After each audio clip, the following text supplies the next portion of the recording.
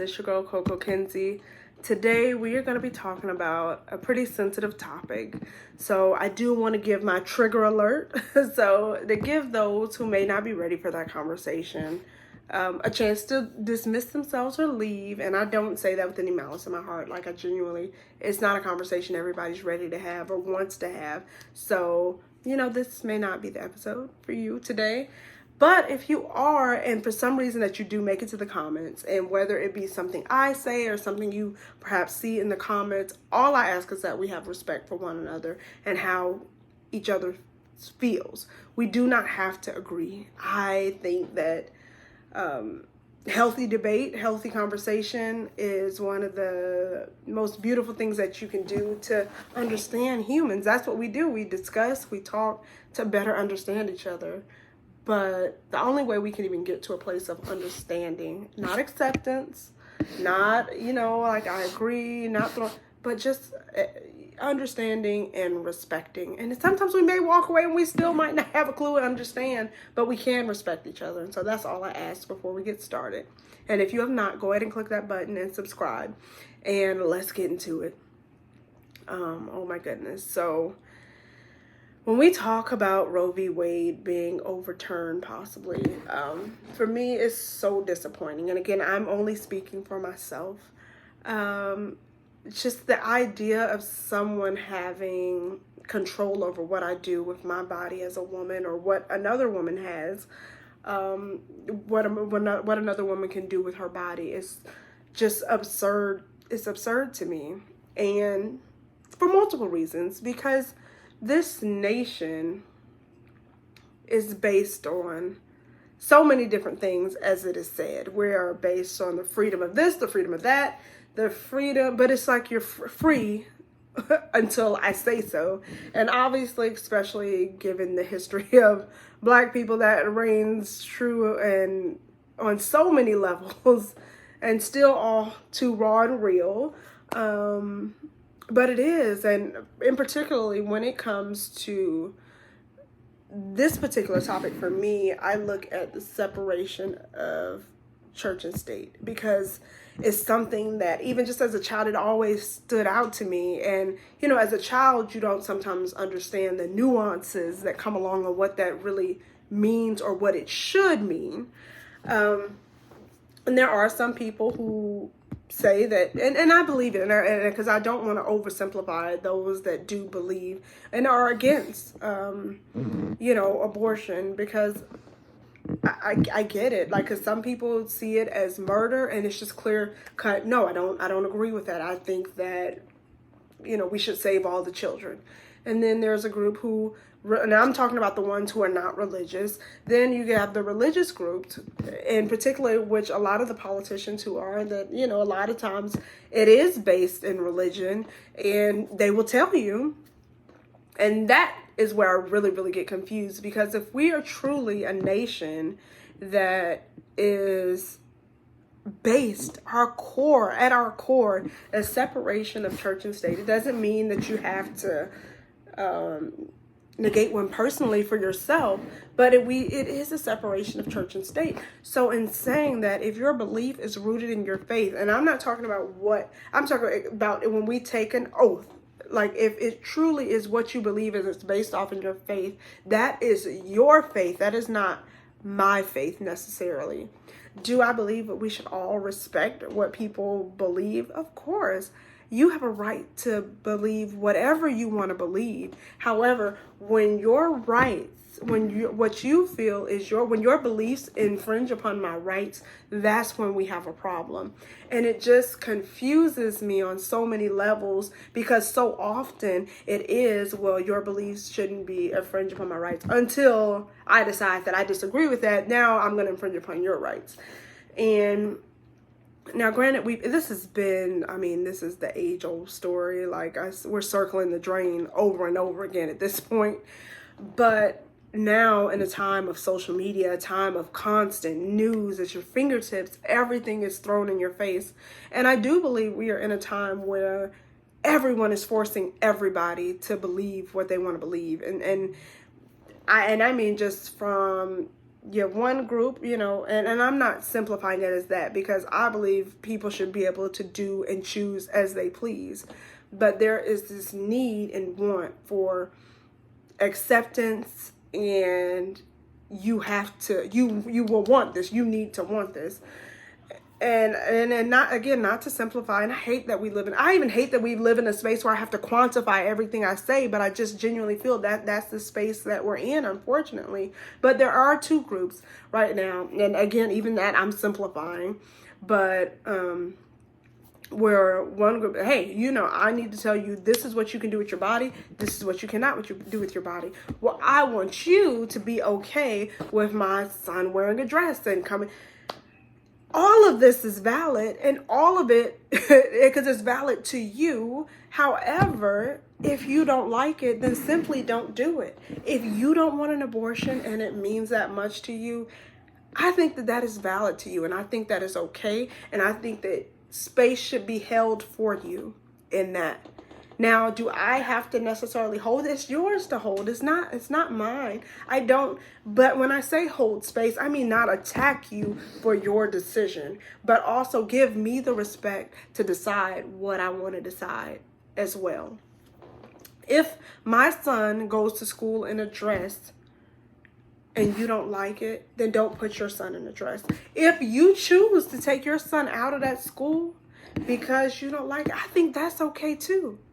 Because all of these things can exist in the same world, but when we get to a point where I'm going to force you to like this, I'm going to force you to think this, then we are headed into trouble when we are so that divided. And I say this because there does need to be more conversations had. Because again, I think so much of it is so simplified, and when we simplify things to that level, it is dangerous territory. If for those that feel as though it is not necessarily a woman's right to choose because the baby does not have a voice, the fetus, whatever you want to call it, I'm going to be the voice for that. Okay, fine. But in that, then you damn well better be there and walk me through every step of the way and give me what I need. When we talk about other civilized countries or these high power nations, there are so many of them who give way more than America when it comes to maternal rights, when it comes to a woman and it comes to birth. I won't even get into the obvious. As a Black woman, I'm scared. I'm scared when I go to the doctor and when I have a baby. It terrifies me because of the lack of care that I'm getting. This is just off rip. Now, just as a woman, the trauma of the body, before we even get to mental hormones, anything, the trauma on the body for a woman to give birth is something so serious. It can be life-threatening. It's certainly life-changing, if nothing else.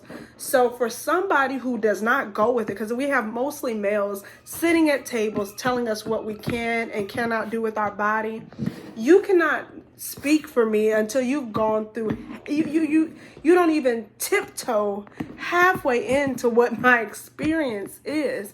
But if you choose and say that, look, I'm going to take away that right because you don't have the right to choose. Now, for me, let's take away all the basics, because there are times where and again, like, this is not what I'm saying but I'm just throwing out scenarios, because I know sometimes it does come up in the arguments of, well, if someone's raped, then they should be able to have that choice. If someone's assaulted in any kind of way, or if there is sickness or some reason like that, then those are the only reasons that abortion should be warranted. Now, again, there are a lot of people who don't even think that, but for even those that do, well, and for those others that get left off, what is in place to support all of these women, all of these scenarios, from what some may deem the most basic to some the more pivotal times where abortion would almost be a necessity?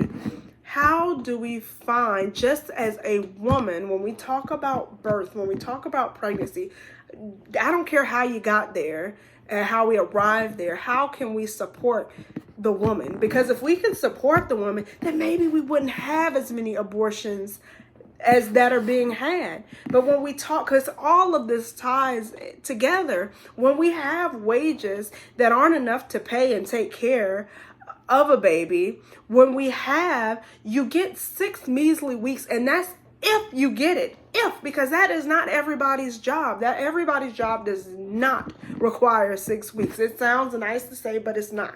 It is not everybody's existence. Some people have to go right back. And this goes back to a working wage.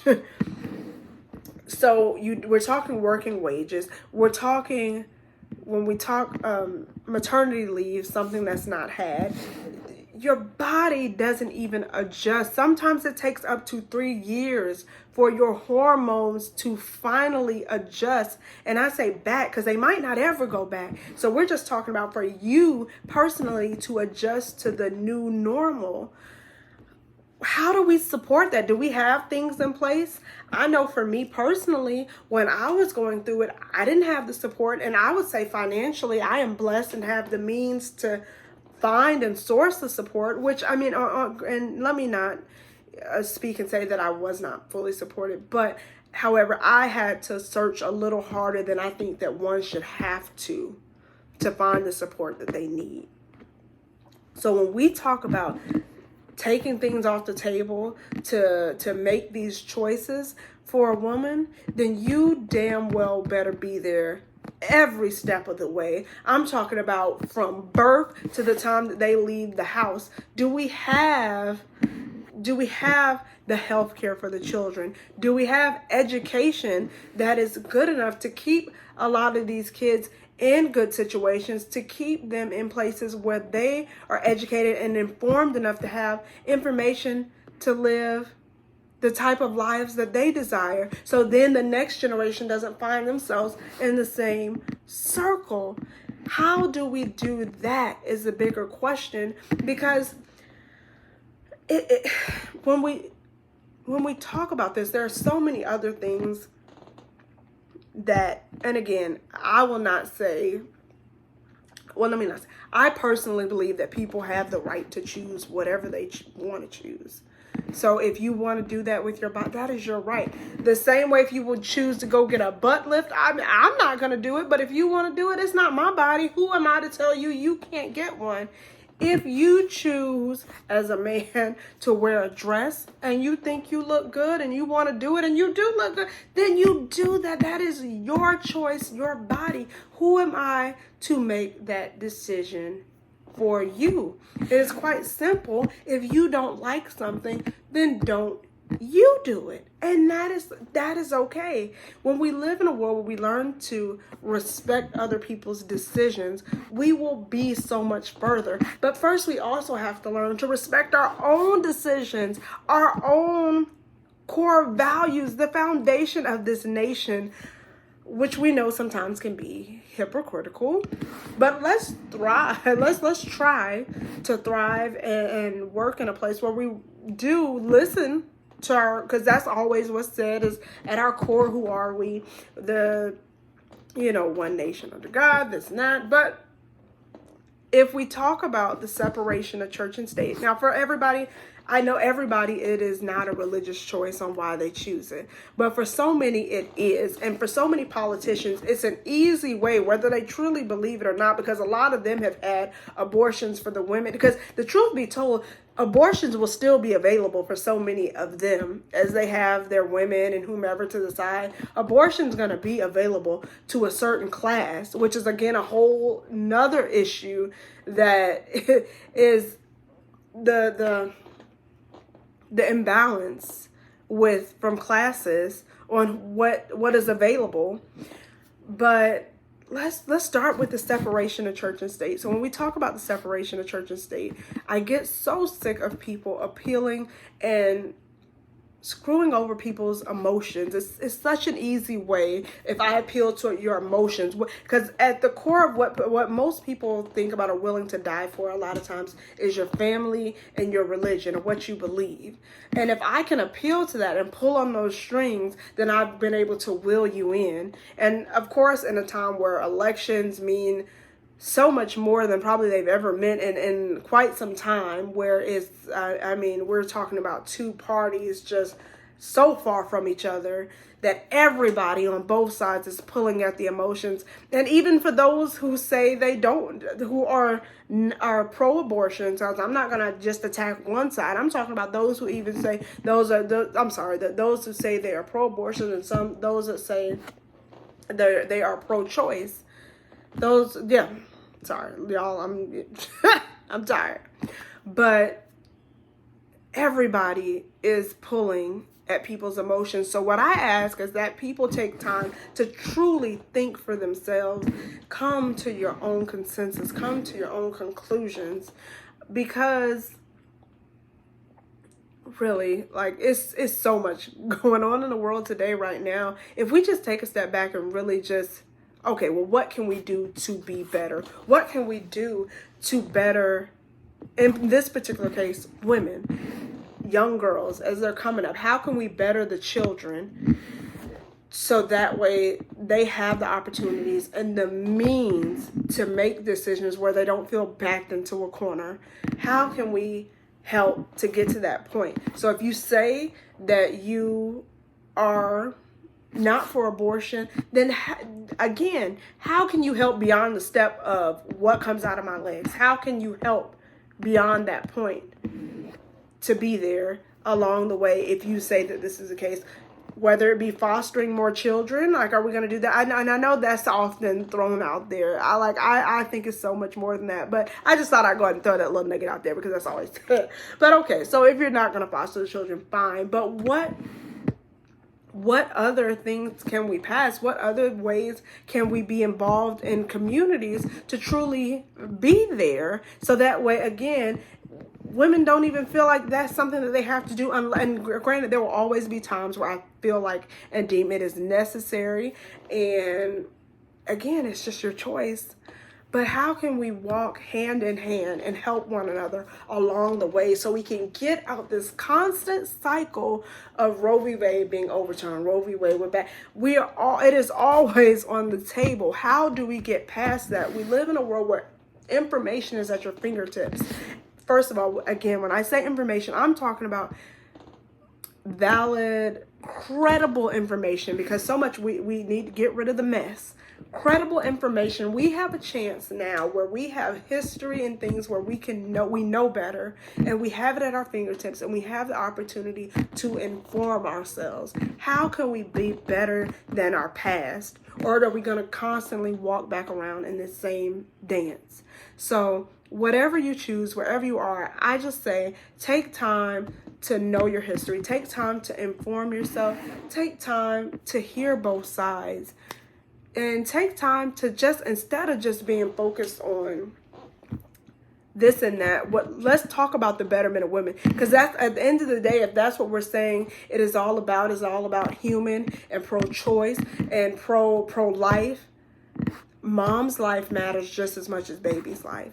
And until we can understand that all lives matter in this moment, and that all lives play a part in what happens to the society, then we're going to continue to do the same dance. So I challenge us all to be better. I challenge us all to hear one another. I challenge us all to pause and think about how we can be better and show up in these moments.